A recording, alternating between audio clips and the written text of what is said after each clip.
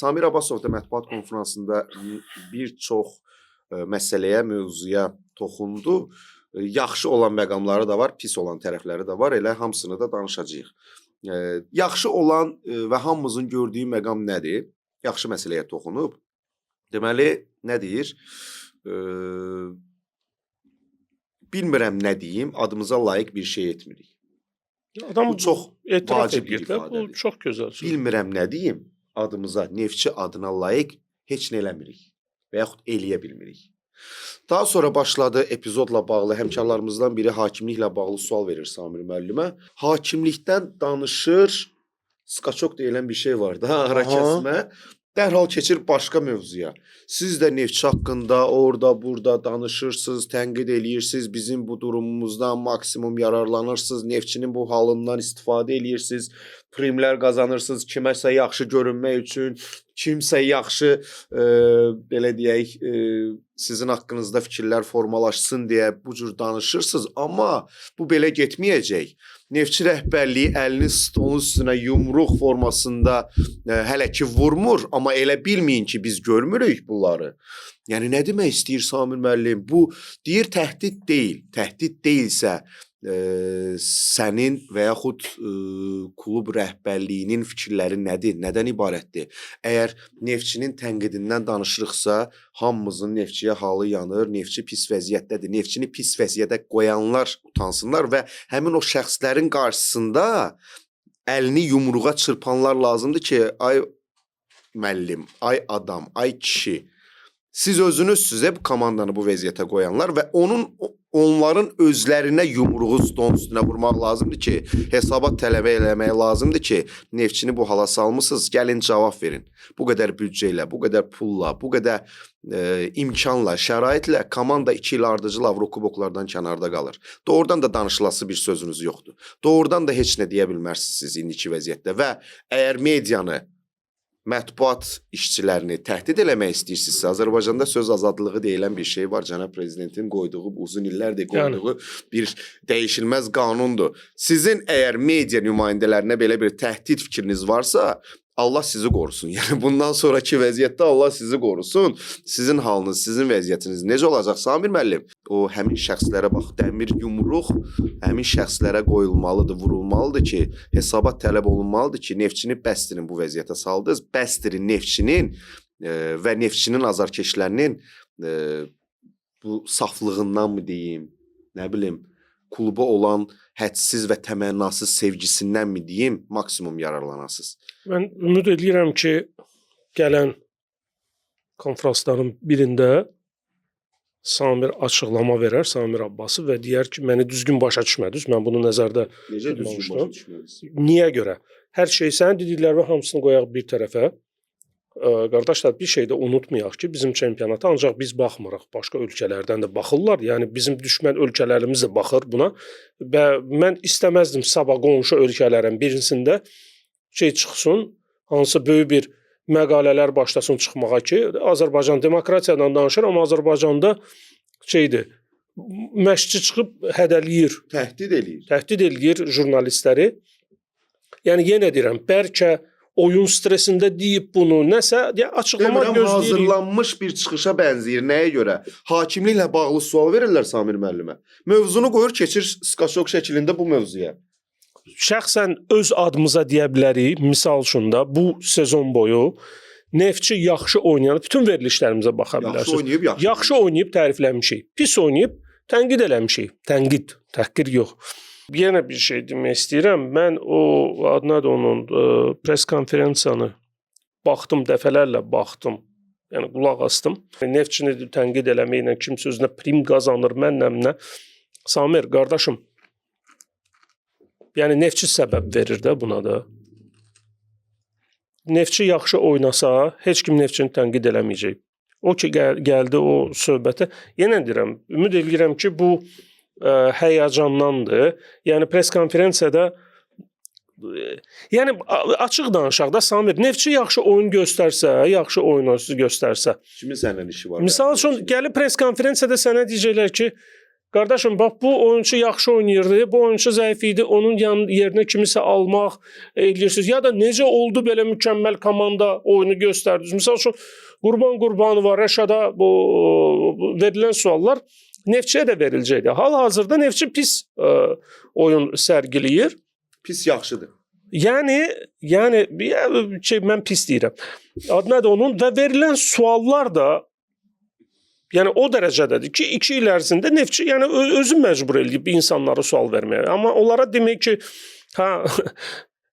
bizə elə sual verməyin, yoxsa lazım olan adamlar gəlib şey eləyəcək. Yəni axırı pis qurtaracaq sizin üçün. Kimdir görəcək? Bilmirəm vallahi. Yəni yenə deyirəm, məncə oyunun stressində olur da, misal üçün kimi ilə nəsə sporlaşırsan, uje qan vurur beyinə, o moment götürüb beyzbolunu bitə ilə vurmaq istəyirsən adamı. Deyirsən ki, əlimdə tapanca olsaydı tapanca ilə vurardım. Halbuki söhbət şey deyir. Bəlkə olur da, yəni həyəcana düşüb açıqlama çox istəyərdim gəlsin Samirdən. Səbəbi klub özü verir. Necə ki, keçən il başlayandan çox iddialı danışmalar oldu, cəmaət bunu tutdu. Bu ildə eyni şey. Sizin yəni əvvəlində deyilən ki, biz mütləq Avrokuboklarda olacağıq. Yox, bunu deyən mən deyirəm. Bu deyir, o deyir, heç kim deməyib. Onu deyən şəxslərin hesabatı. Yox, mövsümün əvvəlində söz verirsən ki, mən bu il nə olur olsun Avrokubokda olacağam və sezonun sonunda jurnalistlərin də çörəyi ondan çıxır. Bu sual verməlidir. Bu adam yaza bilməz axı. Dəyərli həmkarlarımızdan biri yaxşı bir sual verdi Samir müəllimə. Neftçinin bütün futbolçularını yığarsınız bir torbaya, 9-cu mərtəbədən atarsınız aşağı, atsaz. Sizcə bu futbolçulardan Neftçi adına layiq neçə nəfər sağ çıxacaq torbadan? Yəni ona belə cavab verə bilmədi Samir müəllim. Fikirləşdi. Yəqin ki, ümid edirəm çox çıxar. Çox sağ qalar. Bu sualların qarşısını kəsmək üçün yəni 2 yol var. Biri yolu düzdür, bir yol yanlışdır. Mənim şəxsi fikrimdir. Düz yol. Başını salıb aşağı. Oyunu düzəltmək və danışmamaq təbii ki.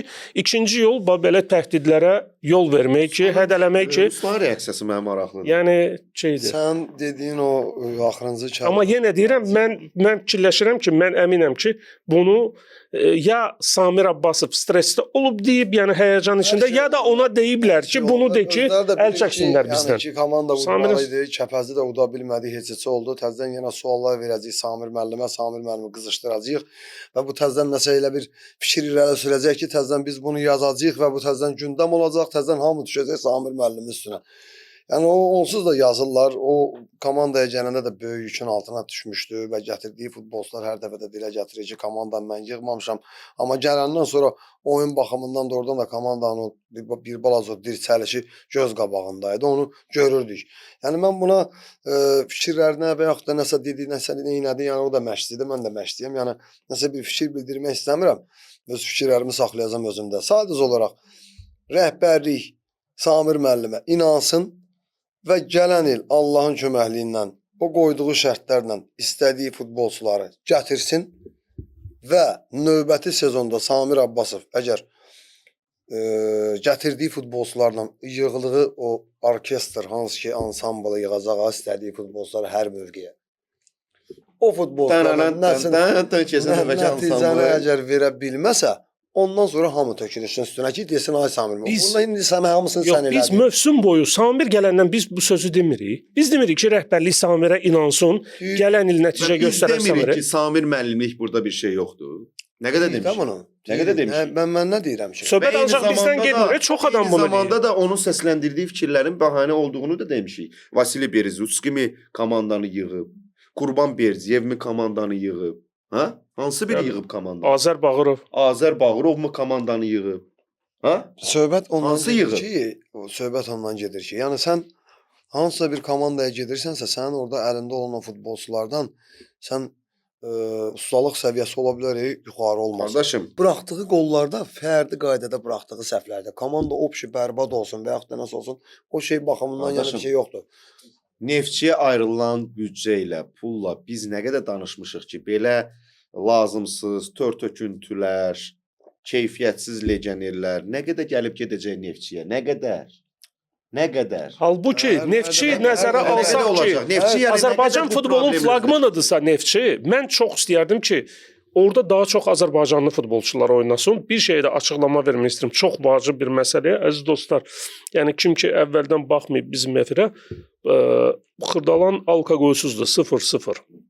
Yəni burada alkoqolla ümumiyyətlə əlaqəsi yoxdur. Ona görə rahat oturub içirik və kimin ürəyi pivə istəyirsə, futbola, maraqlı oyunlara baxa-baxa pivə içmək istəyirsə, amma yəni təbii ki bilirik o alkoqol qadağandır. Rahat Xırdalandan içə bilərsiniz. Çünki Xırdalan bizə garantiya verir ki, burada alkoqol deyilən alkoqol sözünün A'sı yoxdur. O'su yoxdur. A'sı yoxdur. Belə. Fikirləriniz tamamlandısa, Heç nə. Uğur olsun Neftçiyə inşallah. Uğur olsun Neftçi. Gələn sezon Uğurlar. Allahın köməyindən tamam Yəni- başqa Neftçini görərik. inşallah sağ olun. Amma yəni son olaraq bax Kəpəz bayaq dedin Və heç sənə. kim Neftçidən böyük ola bilməz. Heç kim Neftçidə əbədi deyil. Ona söz yoxdur. Bu gün var, sabah yoxdur. Samir Ona söz müəllim də, rəhbərlik də, başqaları da. Qardaş, Neftçi xalqın komandasıdır. İlk növbədə bu klubu əvvəlki əzəmətinə, adına Xalqdan uzaq salmayın da komandanı. uzaq salmayın. Xalqın komandasıdırsa bu xalqın içində olan bir kollektiv olmalıdır. Daim təmasda, ünsiyyətdə olmalıdır və Neftçini ötən verilişdə də dedik, elə bir hala gətirib çıxarmısınız ki, Neftçi artıq çempionluq yarışını qoyuran bir kənara, Avrokuboklardan kənarda da heç bir iddiası olmayan komandaya çevrilib. Ayıbdır, bəsdir. Bu Kəpəzi demək istəyirdim. Yəni Kəpəz sezonun əvvəlində hamımız Kəpəz barəsində, yəni heyfslənə qəbul elədik ki, Kəpəz bu sezon yəni bitib. O biri verilişlərdə də görürəm. Yəni lağa qoymaq kimi çıxırdı nə barədə? Məsəl üçün kimsə 5 oyunda uda bilmir, tutalım Şamaxıdır. Hamı deyirdi ki, heç nə olmaz Kəpəzlə oynayanda udar. Bir nəfər Kəpəzdən çıxıb bir söz dedi. Niyə görə bizə qarşı beləsiz? Deyən oldu? Yox. Başlarını saldılar aşağı, o dərəcə çatdırdılar ki, Kəpəz nə olsun 9-cu yerdədir, amma mübarizə aparıb. Mübarizə apardı və rahat oturub özü üçün. Yəni bir örnək kimi bunu deyə bilərəm. Hamınıza Bizim uğurlar. fikrimiz budur ki, Allah köməyiniz olsun. Bir sonda da bir dənə mən Neftçi ailəsinin də Allah köməyi olsun.